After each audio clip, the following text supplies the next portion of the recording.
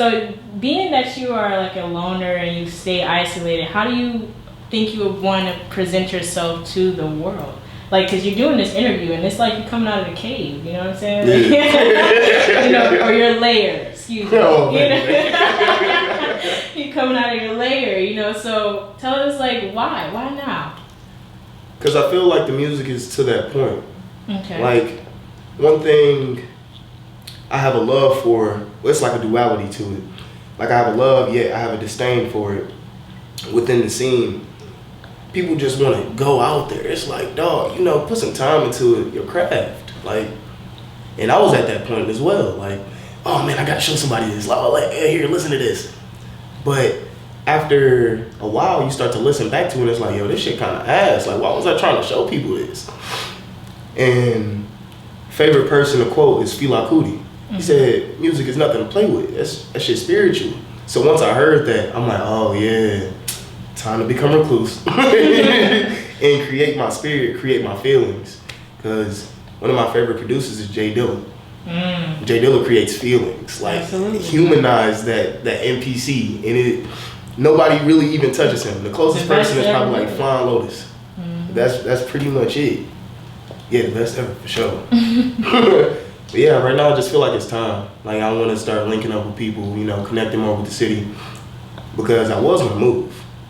Like, what was your destination? What were you thinking of? Either I was gonna go back to Florida, stay with my friends, go to North Carolina because I got a homeboy that stays down there. Well, I got two homeboys that stay in North Carolina, or just venture off to a new place. Like, I was thinking about moving to Arizona, like stay near the Grand Canyon, just cook up in nature. Like, it sounds like me. I definitely wanted to move to Arizona. Man, I swear that was the place I wanted to be. It's really nice there too. Never been. But you should definitely tackle the city because, you know, I'm not sure, like, what is your views on the Detroit's music scene as a whole? Like, have you been paying attention to it, or are you so in the cave, or, I mean, the lair? Yeah. It's like, I've been paying attention here and there. Man, people can see this, but, you know, just gotta let them know my views. It's low-key kind of ass. I ain't even gonna hold you up. Hey, I gotta keep it real. I'm like, hey. Because one thing that I just don't like is that people just want to be like, oh man, how can I explain this? It's basically like, back in Florida, we used to call stuff like B grade.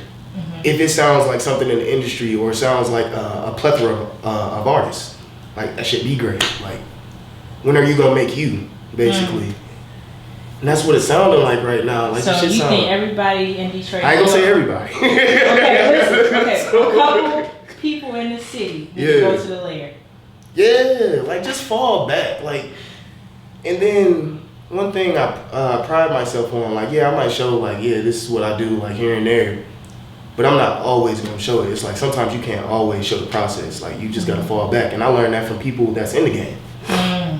Like, you don't gotta show the whole process. Just do you. Make sure it sounds good to you. You can, like, feel it.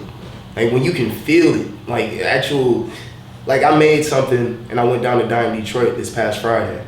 I called work. I'm like, yo, I can't come in. I had to call my spiritual advisor first. My mom's was like, yo, I need you to talk me out of not going to work. Well, your paycheck gonna be short. That's not good enough, Mom.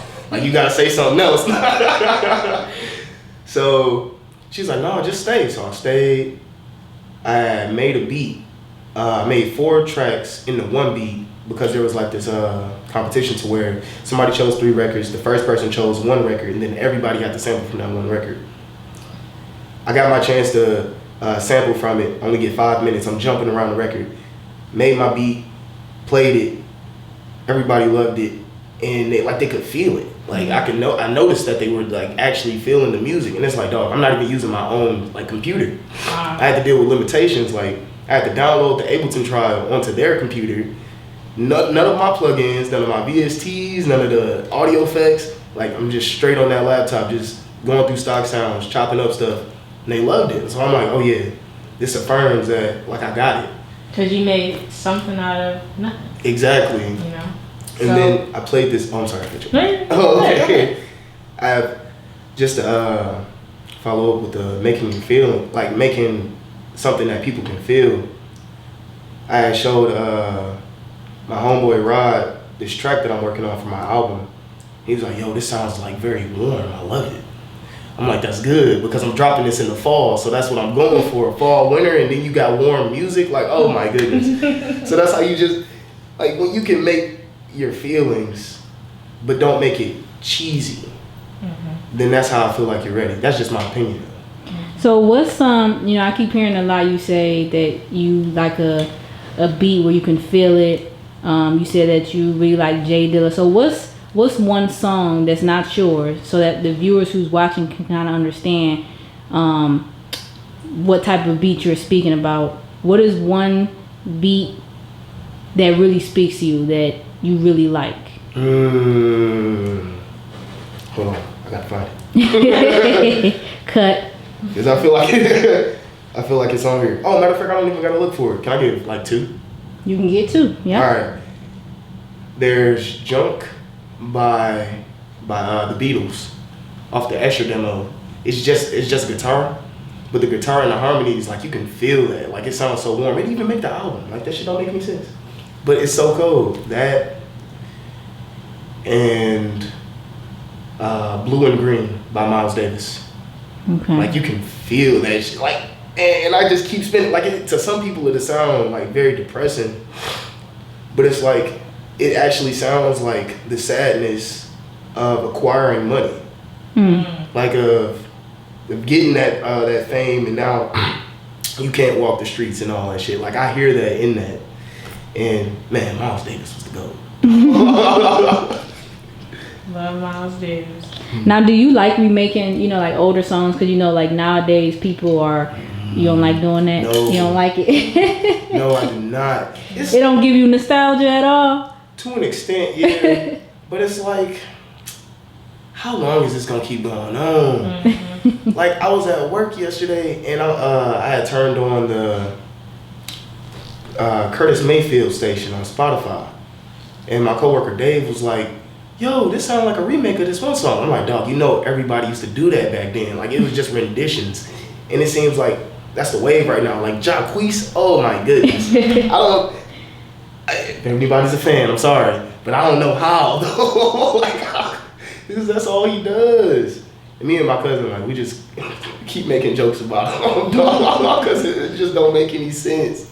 I mean, I think it's very trendy right now. That's what a lot of people are doing. I don't think, like you said, I agree with you. People need isolations, and they need to spend more time with themselves to really get in tune with, who they truly are, to actually like exude that to the public so they can be ready for that type of, I guess, platform, or just to be viewed as a true artist. Right. You know what I'm saying? As opposed to a copy and paste. It's just copy and paste. It's recycled energy, really. Yeah, which is it's sad. But at the same time, it's just like it shows that we don't really have any evolution as humans. Like we're not really evolving because of that. You know what I'm saying? Yeah. In the music industry and just throughout a lot of things, you can use a lot of different scenarios to that. So yeah, movies, really all art mediums. Yeah, all right art now. forms. Yeah. Yeah.